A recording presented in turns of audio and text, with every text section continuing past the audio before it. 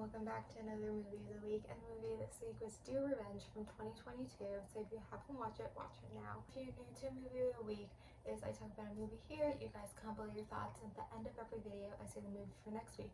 And this year we're doing the alphabet, so that's why D is Do Revenge. So I've seen this movie a couple times, and I feel like this is an underrated movie, kind of like how Bottoms was, where it's like kind of underrated. Like it's a little bit campy. It's not as campy as Bottoms if you watch that video, but it is out there.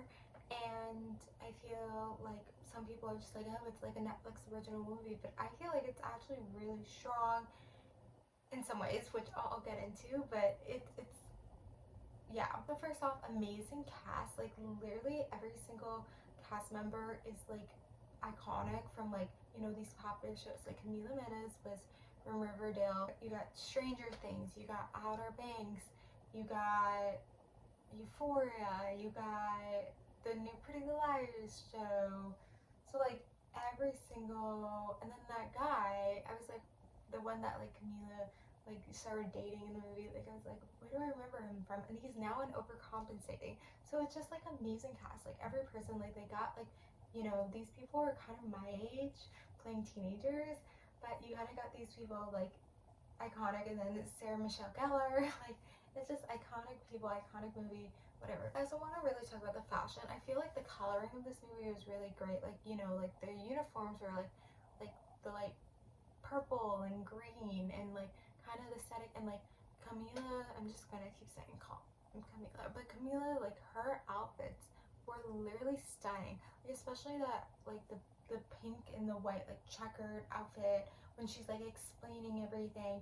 Like I just like I'm obsessed with all their outfits, like everything they wore. But yeah, I mean, it's like a classic teen movie where these two people that probably wouldn't team up together to try to take down people. It's kind of like in Bottoms where it's like two people, you know, doing something to get their crush's attention. Like it's these two people like teaming up to do something. So it's like, I feel like teen movies, it's like a lot of times two people teaming up to do something to get a result, and they're young and naive and all this stuff. And so I think it's also like especially a trope, like if they're not already friends, like two people from kind of like separate worlds, whatever.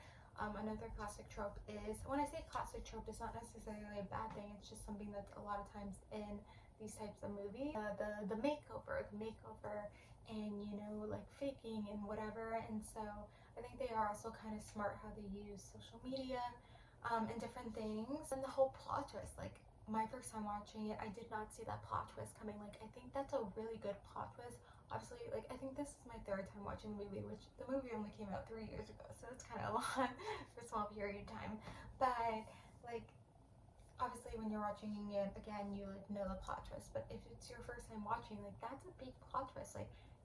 Like did you see that coming? Like I don't think anyone saw it coming. I'm sure there are people who did see it coming, but usually for me, like I watch so many movies. I work in the movie industry. I've written screenplays. Like I like see plot twists a mile away, or I can like infer things, or I can like tell things are about to happen, whatever. But this, my first time watching it, like I just did not see that plot twist coming, and all the stuff. So kind of it already was like, you know, there's always it's this thing where it's like movies have like a certain formula to it, and there's always that part where it's like there's some type of betrayal or whatever, and they kind of go their separate ways, and they kind of already had that before the whole plot twist. So that's like what's kind of big, where it's like, you know, that plot twist is something that would like kind of make things happen. But like even before that, they were having the turmoil that like you wouldn't expect a plot twist. Like it was great that way.